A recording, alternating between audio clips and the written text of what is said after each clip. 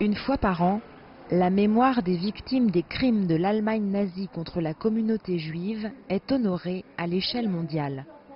Si ce travail de mémoire est avant tout un hommage aux victimes de l'Holocauste, elle a aussi une portée pédagogique à destination des plus jeunes.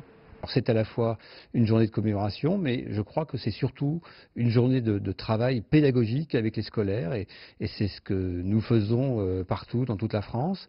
Une journée de réflexion sur l'histoire de la Shoah, pour essayer de comprendre ce qui s'est passé dans notre pays en France, mais également sur notre continent européen, mais aussi une journée de réflexion sur l'histoire des génocides, puisque, bien évidemment, si la Shoah est un événement singulier de l'histoire de l'humanité, il y a eu avant et il y a eu après, malheureusement, d'autres génocides, donc avec des mécanismes qui sont identiques, même si les situations sont différentes.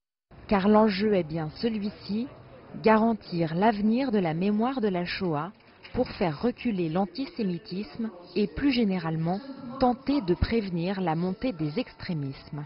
La communauté internationale, et l'UNESCO en particulier, est conscient de l'importance qu'a eu ce génocide, un des plus importants du XXe siècle, qui n'est pas le premier, puisqu'il y a eu avant les Héréros, il y a eu les Arméniens, et qui a touché un peuple qui a apporté au monde la Bible, qui a apporté la loi morale, le monothéisme, et donc c'est un crime qui a été commis par un pays tout à fait évolué, le pays peut-être le plus évolué techniquement, intellectuellement au monde à l'époque.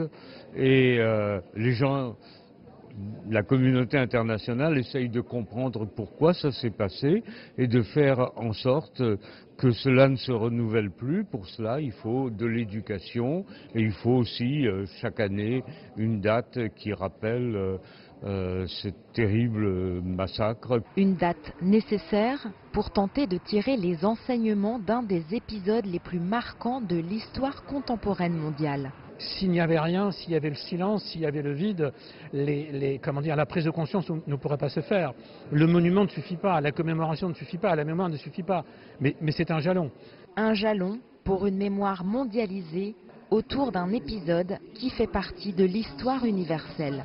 C'est une histoire universelle d'abord par son fait même, c'est-à-dire l'extermination d'une communauté, la décision d'exterminer et d'exécuter cette décision touche à la conscience la plus profonde de l'humanité.